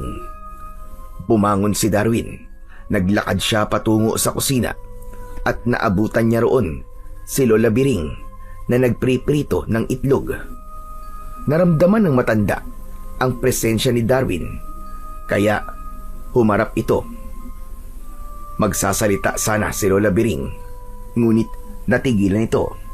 Bumakas ang pagkagimbal sa muka ng matandang babae. Lola, bakit ganyan po ang itsura nyo? May problema po ba? Ang kaliwa mo paa. Ano nangyari sa paa mo? Po, bakit po ba? Yumuko si Darwin upang tignan ang kaliwa niyang paa. Maging siya ay nagimbal sa kanyang nakita. Normal na ang kanyang kaliwang binti at paa. Hindi na yun payat at doon lang niya napagtanto na nagawa niyang makapaglakad ng maayos. Naguguluhang lumapit si Lola Biring kay Darwin. Hinawakan at pinisil-pisil nito ang kanyang binti. Bihira. Isang himala. Paano nangyari ito? Sabihin mo ka, may ininom ka bang gamot o nagpatingin ka ba sa isang albularyo? Ano nangyari sa'yo? Bakit nagkaganyan ang binti mo? Wala po akong ininom na gumot, Lola Biring. Hindi rin po ako nagpagamot sa isang albularyo. Paggising ko po, ganyan na po yan eh. Ngayon ko nga lang po nakita. Sandaling natigilan si Darwin nang maalala niya ang tikbalang na silukban at ang nakasabit sa bewang niya na mutya ng sapatos ng kabayo. Doon niya nalaman na kaya nakakalakad na siya ng normal ay dahil nasa kanya ang isang makapangyarihang mutya mula sa tikbalang. Nagdesisyon si Darwin na wag munang sabihin sa lola niya ang tungkol sa bagay na yon. Naluwa si Darwin sa labis na kasiyahan. Pakiramdam niya ay nangyari na ang himalang matagal niya nang nais mangyari sa kanya. Hindi ko po talaga alam kung paano po ito nangyari. Pero napakasaya ko po. Magaling na po ang isang binti ko at paa ko, Lola. Magaling na po ako. Hindi na nakapagsalita ang matandang si Lola Biring. Hindi alam ni Darwin kung masaya ba o hindi ang lola niya sa magandang pangyayaring yon. Pero nang sandaling yon, ay hindi na yon binigyan ng pansin ni Darwin dahil mas lamang ang kasiyahan na kanyang nararamdaman. Mabilis na kumalat sa buong baryo ang tila himalang nangyari kay Darwin. Marami ang nagtanong sa kanila ni Lola Biring kung paanong biglang gumaling ang pagiging pilantod ni Darwin at iisa lang ang naging kasagutan nila. Hindi nila alam kung paano yun nangyari at kinukonsidera nila na isa yung himala mula sa kalangitan. Isa sa mga naging masaya sa paggaling ni Darwin ay walang iba kundi ang kaibigan niyang si Rodel. Hindi ito makapaniwala na makapaglalaro na sila nito ng habulan at makakaakyat na sila ng magkasama sa mga puno. Habang si Puti ay nananatiling normal na kabayo sa paningin ng lahat. Ngunit para kay Darwin ay hindi na isang kabayo si Puti dahil batid niya na isa tong makapangyarihang tikbalang na siyang dahilan ng kanyang paggaling. Habang pababa si Darwin ng bundok kasama si Puti, ay kinausap niya ito. Puti, maraming salamat ha. Kasi ipinagkaloob mo sa akin ng mutya ng sapatos ng kabayo. Sa totoo lang, hindi ko na inisip na darating ang araw na makakalakad ako ng normal eh. Ganito pala ang pakiramdam kapag walang problema ang mga paa at binti, no? Grabe, napakadaling makapunta sa mga lugar na gusto kong puntahan. Hindi ako nahihirapan maglakad. Hindi nangangalay yung isa kong paa. Nagulat si Darwin nang nag-anyong tikbalang si Puti. Tumapon ang mga gulay dahil doon. Hala, Puti, bakit ka naman na ganyang tikbalang nang wala ka man lang pasabi? Tignan niyo po. Lagot, kumalat na ang mga gulay. Tepok ako nito kay Lola. Paumanhin. Ngunit nais lang kitang makausap sa pagkakataong ito. Masaya ko na masaya ka sa gantimpalang ipinagkaloob ko sa iyo. Opo, sobrang saya ko po talaga. Hindi niyo na po alam. Hindi po kasi ako makapaniwala na makakalakad pa ako ng normal eh. Karapat dapat ka sa gantimpalang yan. Ganyan ang nararapat sa mga kagaya mo na may mabubuting puso. Ngunit nais ko lang ipaalam sa iyo na hindi lang ang paggaling ng iyong kapansanan ang kayang gawin ng mutya ng sapatos ng kabayo. Talaga po? Ano pa po? Pwede po bang sabihin niyo muna sa akin kasi baka bumalik na naman kayo sa pagiging kabayo nang hindi pa po nasasagot ang tanong ko, kagaya po nung una. Batid ko ang hindi magandang nangyayari sa inyong baryo ngayon. Alam ko na may isang aswang ang naghahasik ng lagim at ramdam ko ang takot mo at ng mga kababaryo niyo sa nilalang na yon. Tama po kayo. Nakakatakot po kasi wala kaming proteksyon ni Lola mula sa aswang. Hindi po kasi naniniwala si Lola sa aswang, kaya hindi po siya nagsasaboy ng asin sa paligid ng bahay namin. Ang asin ay pansamantalang proteksyon lamang sa aswang. Ngunit tandaan mo, Darwin, ang pinakamalakas na proteksyon laban sa aswang ay nasa iyo na. Ang mutya po ba ng sapatos ng kabayo ang tinutukoy nyo? Tama ka. Magagamit mo yan sa pakikipaglaban sa aswang na yon, Darwin. Ano po? Bakit kailangan ko pong makipaglaban? Hindi po ako marunong makipaglaban lalo na po sa isang aswang. Kaya mo, Darwin. Lalo na't nasa iyo ang isang makapangyarihang mutya. Maniwala ka lamang sa iyong sarili at ako na ang nagsasabi sa iyo na magagawa mo ang mga bagay na akala mo ay hindi mo kaya. Pero Lukban, Hindi na nagawang tapusin ni Darwin ang kanyang sasabihin dahil sa isang kisap mata ay naging puting kabayo na muli si Lukban. Alam niya na kahit na anong tanong ang gawin niya ay wala na siyang makukuwang kasagutan mula sa tikbalang, kaya inayos niya na ang mga nagkalat na gulay. Ibinalik niya ang mga yon sa tiklis at saka sila muling naglakad ng kabayo pababa sa bundok. Simula nang malaman ni Darwin na magagamit din niya ang mutya ng sapatos ng kabayo sa pakikipaglaban sa aswang, ay nagkaroon siya ng takot. Palagi niya kasing iniisip na sa kabila ng pagkakaroon niya ng makapangyarihang mutya, ay hindi naman niya alam kung paano yun gamitin pagdating sa pagprotekta sa kanyang sarili at sa ibang tao. Isang umaga, nakaupo si Darwin sa upuang nasa likod ng kanilang kubo. Nakatingin lang siya kay Puti habang malalim na nag-iisip. Nagulat si Darwin nang biglang tumabi si Rodel sa kanya. Natawa ito nang magulat siya. grabe ka, ang lalim naman ang iniisip mo, Darwin. Ang dali mo tuloy gulatin. Ano ba kasing iniisip mo?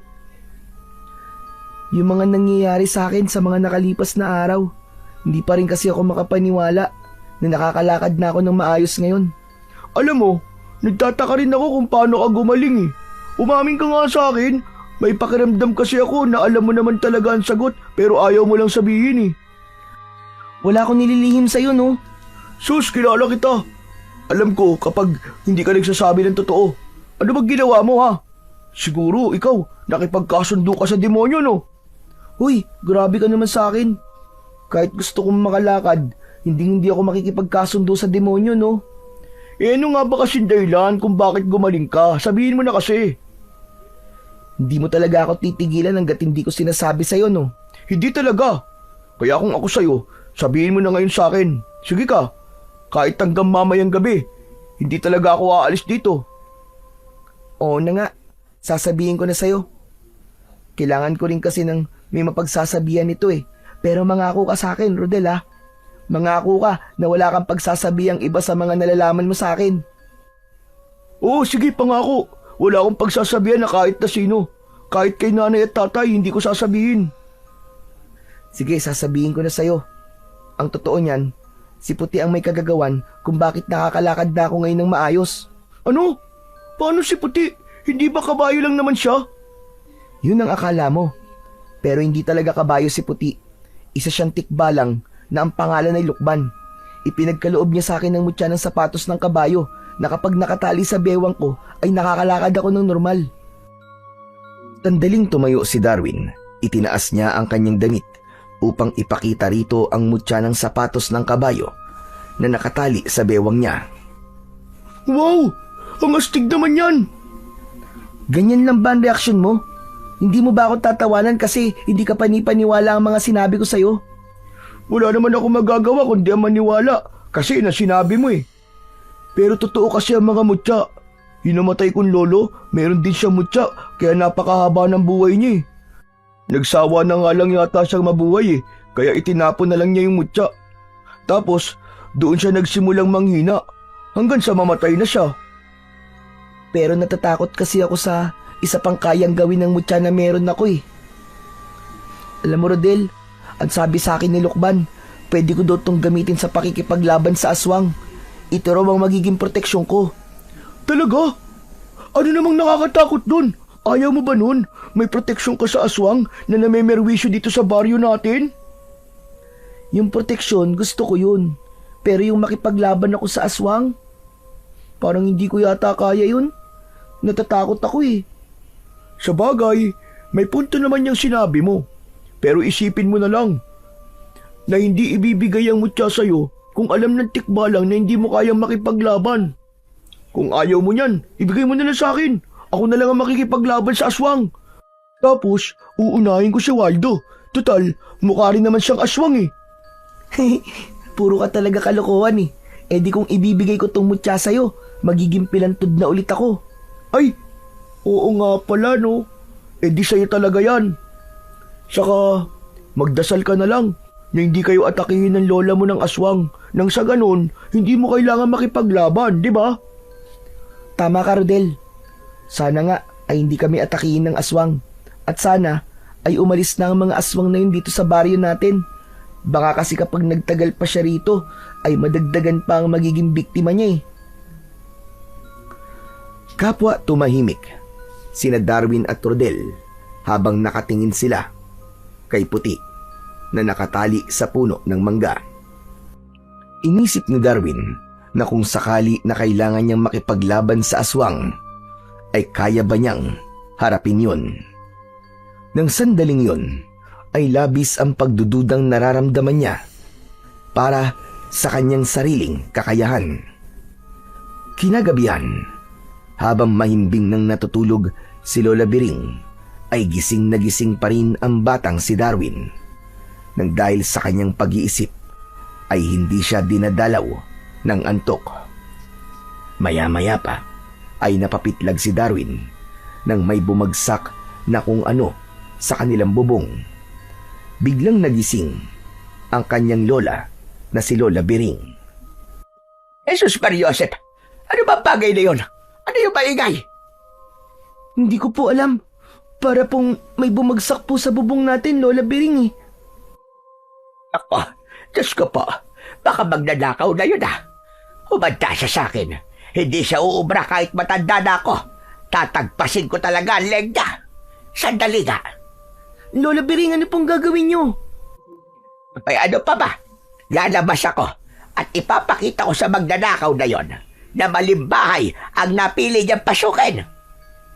Lola, wag na po kayo lumabas. Baka mamaya po aswang yun eh. Tigilan mo na nga ako sa kakaaswang-aswang mo. Tumigil ka. Sinabi lang hindi totoo mga aswang. Dito ka lang, huwag kang aalis. At kahit talo mangyari, ay huwag na huwag kang lalabas ng bahay. Nagkakaintindihan ba tayo? Pipigilan pa sana ni Darwin si Lola Biring Pero bumangon na ang matanda. Nagtungo ito sa kusina at kinuha ang matalas na itak na nakasabit sa dingding. Matapos yun, ay lumabas na nga si Lola Biring ng bahay. Maya-maya pa ay narinig ni Darwin ang matapang na pagsigaw ng kanyang lola. Hoy! Ikaw! Kung sino ka bang nandyan sa bubong ng bahay namin, ay bumaba ka rito! Harapin mo ako! Huwag kang tuwag! Siraulo ka! Tignan natin kung umubra ka sa itak ko! Madali ka! Bumaba ka dyan! At harapin mo ako! Hindi ako natatakot sa'yo! Bumaba ka dyan! Huwag kang duwag! Hindi nagtagal ay narinig ni Darwin ang malakas na sigaw ni Lola Biring. Ngunit sa pagkakataon na yon ay humihingi na yon ng saklolo. Rico! Bitiwan mo akong hayop ka! Bitiwan mo ako! Hindi mo ako mapapatay! Tulungan niyo ako, mga kapitbahay! Tulungan niyo ako! Tulungan niyo ako! Naku po, Diyos ko! Si Lola Biring! Nagmamadaling lumabas si Darwin sa bahay nila. Labis siyang nagimbal nang makita niya na isang nakakatakot na nilalang ang nasa ibabaw ni Lola Biring. Isang nilalang na may mabalahibong katawan. Matutulis ang mga kuko. Parang patalim ang mga pangil at pulang-pula ang mga mata. Umaangil ang nilalang na parang isang mabangis na hayop na gutom na gutom. Agad na napagtanto ni Darwin na hindi magnanakaw ang nasa bubong ng kanilang bahay, kundi isang mapaminsalang aswang. Malakas na napasigaw si Lola Biring nang kagatin ito ng aswang sa balikat. Nakita ni Darwin ang itak na nalaglag sa lupa. Nang nakapagdesisyon siya na tulungan ang kanyang lola, ay naramdaman niya ang bahagyang pag-init ng mutya ng sapatos ng kabayo na nasa kanyang bewang. Isang kakaibang enerhiya ang gumapang sa buo niyang katawan. Tila may maliliit na boltahe ng kuryente ang pumasok sa kanyang mga ugat hanggang sa bawat himaymay ng kanyang laman. Bigla siyang nagkaroon ng lakas ng loob at tapang. Tumakbo si Darwin at kinuha niya ang itak. Hayop kang aswang ka! Pakawalan mo ang lola ko! Agad na itinarak ni Darwin ang itak sa likod ng aswang. Kasabay ng pagsigaw ng aswang ay ang pagsirit ng dugo nito sa likod. Galit na humarap ang aswang kay Darwin. Napaatras siya ng bahagya, pero hindi siya tuluyang tumakbo palayo. Hanggang sa unti-unting lumapit ang aswang kay Darwin. Parang gustong-gusto na siyang kainin. Darwin! Ano pang ginagawa mo? Bilisan mo! Iligtas mo na ang buhay mo! Tumakbo ka na sa loob ng bahay! Pabayaan mo na ako dito! Hindi po, Lola. Hindi ko po kayo susundin sa pagkakataong to. Hindi ko po kayo pababayaan. Haharapin ko po ang aswang na yan. Hindi po ako natatakot sa kanya. Kailangan ko po siyang labanan at patayin. Biglang sumugod ang aswang kay Darwin. Mabilis siyang yumuko nang akmang kakalmutin sana siya nito. Pakiramdam niya ay may kung anong sumanib sa kanya na siyang nagpapagalaw ng kusa sa kanyang katawan. Sa pagyukong yun ni Darwin ay itinarak niya ang itak sa tiyan ng aswang. Umalingaw-ngaw ang sigaw ng aswang sa buong paligid. Doon na sumilip ang mga tao sa kani-kanilang mga bintana upang panoorin ang pakikipaglaban ng batang ni Darwin sa mabangis na aswang. Sa muling pagsugod ng aswang, ay malakas yung sinipa ni Darwin sa tiyan. Hindi siya makapaniwala nang lumipad ng malayo ang aswang nang dahil sa isang sipang yun. Pakiramdam niya ay hindi lang siya naging malakas, kundi nagkaroon din siya ng katangian ng isang kabayo. Nang napahiga ang aswang sa lupa, ay pinilit nitong tumayo. Pero nahirapan na ito. Sinamantala ni Darwin ang pagkakataon na yon na nahihirapan ang aswang. Kaya naman, ubod bilis siyang tumakbo palapit sa aswang at walang pagdadalawang isip niyang itinarak ang matalas niyang itak sa gitna ng noo nito. Nang hugutin niya ang itak, ay gumalaw pa ng ilang segundo ang aswang. Kaya naman, mabilis niyang itinarak ang itak direkta sa puso nito hanggang sa tuluyan na yung binawian ng buhay. Doon na lumabas ang mga tao sa kani-kanilang mga bahay at masayang pinalakpakan ang ginawang yun ni Darwin. Bakas sa mukha ng mga yon ang pagkamanga, habang ang iba naman ay hindi makapaniwala na ang dating batang pilantod at inaasar-asar lang at laging sinasaktan ay siya palang tatapos sa buhay ng aswang. Agad namang nilapitan ni Darwin si Lola Biring. Tinulungan niya ang matanda na makatayo at dinala niya ito sa loob ng kanilang kubo. Inihiga niya ito sa sahig na kawayan. Lola, sandali lang po ah. Dito lang po kayo. Kukuha lang po ako ng panlinis sa sugat niyo sa balikat. Sandali lang po, mabilis lang po ako. Teka, Apo. Babaya mo na gawin yan. Hindi naman malalim ang akin sugat. Kaya ayos lang ako. Pero Lola, baka ma-infection po ang sugat niyo eh. Delikado po. Ayos lang ako. Hayaan mo muna. Gusto ko lang sabihin sa'yo na narinig ko ang pag-uusap niyo ng kaibigan mo si Rodel tungkol sa isang tikbalang na nagbigay sa'yo ng makapagyarihang butya. Alam ko na ang butya na yon ang dahilan kung bakit mo natalo ang aswang at kung paano ka gumaling sa iyong kapansanan. Apo, bakit hindi mo sinabi sa akin ang tungkol sa bagay na yon? Alam niyo na po. Sorry po Lola. Kasi po, hindi ko po alam kung anong magiging reaksyon niyo eh. Natatakot po ako sa inyo na baka kung ano pong gawin niyo po sa akin at sa mutya. Kung ganun pala, ay may takot ka nang nabuo sa akin. Ay nako, mali pala talaga ang naging paraan ko para tumapang ka, Darwin Apo. Imbis na tapang pala, ay takot ang nagkaroon ka. Po, ano po bang ibig niyong sabihin, Lola Biring? Hindi ko po kayo maintindihan eh. Ang totoo yan, Apo. Kaya ako nagiging mahigpit sa'yo at naging matigas ang puso ko, ay naisip ko na yun lamang ang taging paraan para maging matapang ka. Pinahirapan kita kasi naniniwala ko na kapag gano'n ang aking ginawa, ay maiisip mo na sadyang hindi madali ang buhay at wala kang magagawa kundi ang lumaban at protektahan ang sarili mo.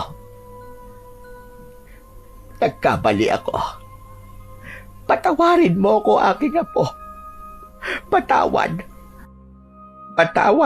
kung huli na nang mapagtanto ko na mali ang paraan na aking ginawa para maging matapang ka sa pagharap sa napakalupit na realidad ng buhay.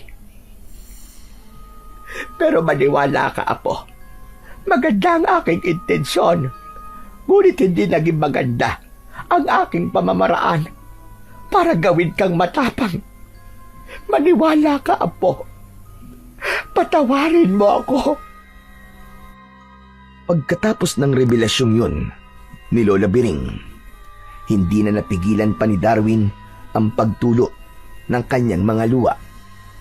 Maigpit niyang niyakap ang kanyang lola.